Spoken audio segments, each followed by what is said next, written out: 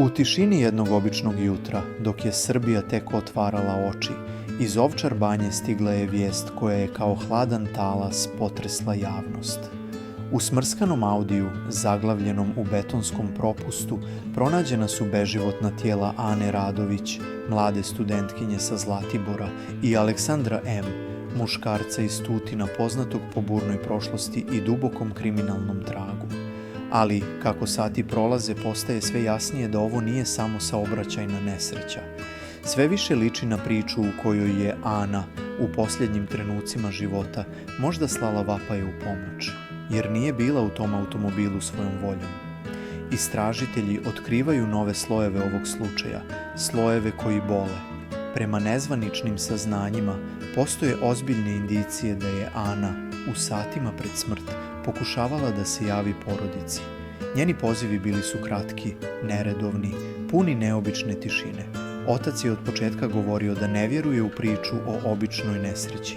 Osjećao je da nešto nije u redu, a istraga sada ide u smjeru mogućnosti da je Ana bila oteta, uplašena i da se nalazila u vozilu protiv svoje volje. To bi objasnilo zašto se njen telefon gasio, palio, zašto su poruke prestale, a signal se povlačio kao da bježi. Dodatnu težinu donosi i sumnja da je Aleksandar u kobnom trenutku bio pod dejstvom narkotika.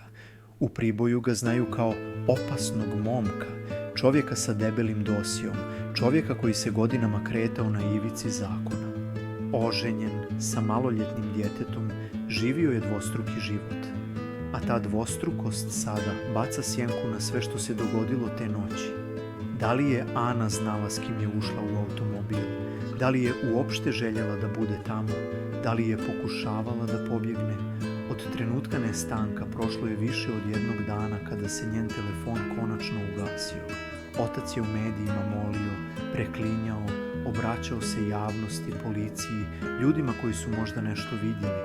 Svaka informacija nam znači, govorio je slomljenim glasom.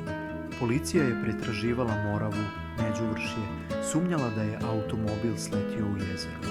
Spasioci, ronioci, vatrogasci, svi su bili u pokretu. Ipak, prave tragove donijelo je jutarnje otkriće građana. Smrskano vozilo, zaglavljeno u betonu, skriveno u mraku noći. Ovaj slučaj sada diše težinom koju nosi samo najveća tragedija. Mnogo je pitanja, mnogo rana, mnogo sumnji.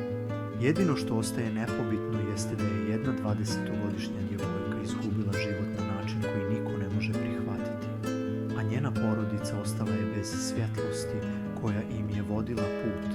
I zato danas postoji samo jedna poruka, i to ona koja para srce. Neka se istina što prije otkrije. Neka pravda ne zakasni.